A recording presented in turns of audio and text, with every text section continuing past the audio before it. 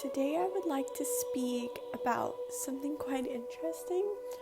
I was actually thinking about this for a while to make this video, and I'm finally deciding to put it out. So what I want to discuss today is something more on the theology or mythology kind of side, rather than spirituality, I would say, but it's all interconnected and interlinked, especially with what videos I put out on my channel.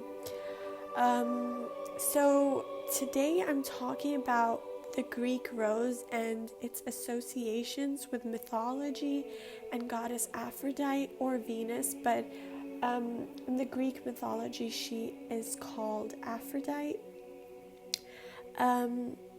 So I want to start with paintings first of all, because that's paintings and statues art is the way that we know about this goddess.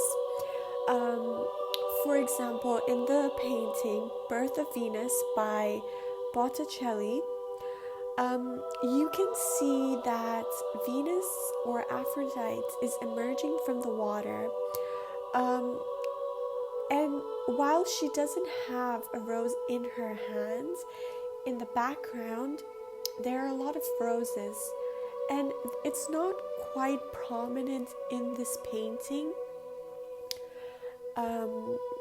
as it is in other paintings, but there's more of an analytical, poetic side and meaning to it. But I just wanted to discuss that before getting into the theology and mythology part of this. So the rose is depicted in art, in poetry, and one book that I really want to talk about is Blood and Roses, a devotional, I think it's called A Devotional Prayer to Aphrodite and Venus. This book is great. I don't have it currently, but I'm planning to share and get it soon. But this book has a lot of references on the poetic side of the symbolism of a sacred, pure rose. Of course, referencing back to mythology, Greek mythology specifically, Roman mythology can be quite similar, but Greek and Roman mythology depict Aphrodite in a very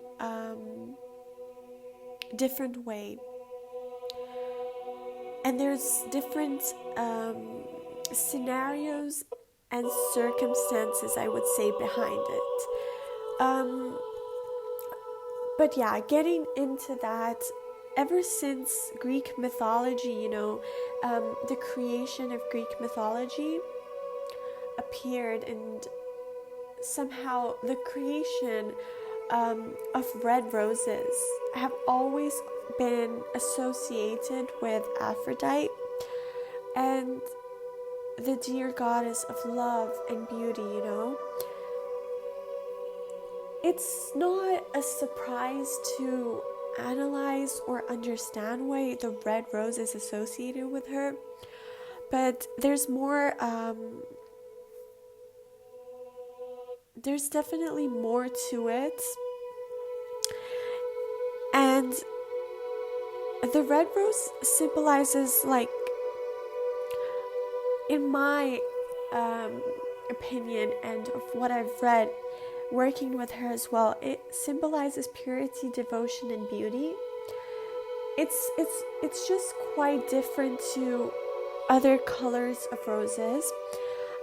I would say specifically this is back relating to the Bible as well, the Holy Bible and Greek mythology, theology, of relating red roses to blood.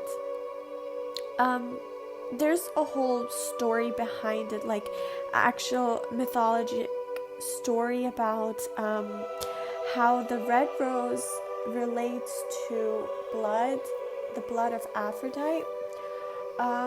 It's quite interesting. That's hence the book is called Blood and Roses. I do recommend reading it if you are interested in Greek mythology, especially around sacred flowers and roses specifically. So I just want to talk about the rose specifically. Like, how can a simple rose, attract a sacred lover, immense passion, and even the simple scent of a rose is what creates the deep desire and immense attraction between two people, or even just a certain thing. And I would say that there's definitely more to it. It isn't just attraction. There's many layers to it, which there can be so many reasons to, but this is just my perspective of it.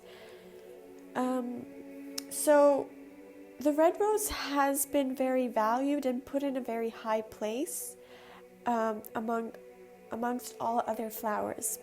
And it's also like for Greek mythology, or many times if you work with Aphrodite, you might notice a garden of flowers, gardens of roses, specifically red roses. For everyone it would be different, but generally it's red roses. And when you're working with her and you have an altar or you have like a small setup, you would put red roses or pink roses, specifically red though. So it was also used as kind of like a makeup product, I would say. Not in a sense of actually applying it as a blush or something nowadays that we have, but more of as just holding it in your hand was like it made your cheeks blushy just by holding this rose. And how come it was this powerful, How come just holding this rose with the beautiful thorns picking out and just the immense energy of this rose, how could it be so? But we can analyze the sensuality and beauty of this. Although Aphrodite, I would say, is mainly associated with red roses because of the Greek mythology behind the actual flower, I would say that the creation of it as well. But talking about the white rose a little bit, I would say that the white rose is slightly different because it symbolized more of softness and purity. The red rose also did symbolize purity, but it didn't symbolize softness. It was more of a like a devotion, like a sensual kind of energy, invoking something, invoking immense passion specifically. And red roses were used to show like immense passion and pleasure. Hence nowadays it is as well. But speaking of the Greek times, Greek mythology times, it was commonly used for that, or to sense that. I would also say that the red rose was linked to the blood of Aphrodite again. Speaking about that, now there's a whole story about it again, as I said, but it's just something that's more on a deeper aspect, and it can be different to everyone in how they depict this subject. But speaking about the basis of it, I think everyone should have roses in their house. Whether, of course, it's best to have the fresh roses, but even just having like an image of a rose helps, because you're looking at something that's been appreciated for centuries, for years, for so long, and it's very sacred. And you might wonder, why aren't other flowers as powerful as the rose? But there's many reasons I mentioned here. It's just the immense passion and attraction within the rose.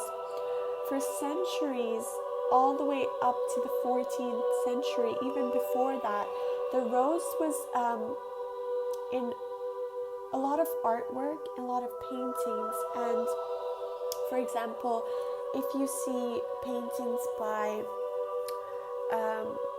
like for example Ophelia, there's in those kind of paintings, it's like more roses in your hair rather than holding it and with a female body, but still the core energy of the rose is still present. And it's something that should be appreciated for a while, for the longest time, because it is something so powerful that you can use. But thank you so much for listening to this. And this is a topic that's really interesting, and everyone can depict this in a different way. But this is just my opinion about this topic relating to goddess Aphrodite. So thank you so much. I hope you have a blessed day, and remember to surround yourself with beautiful, beautiful red roses. Thank you.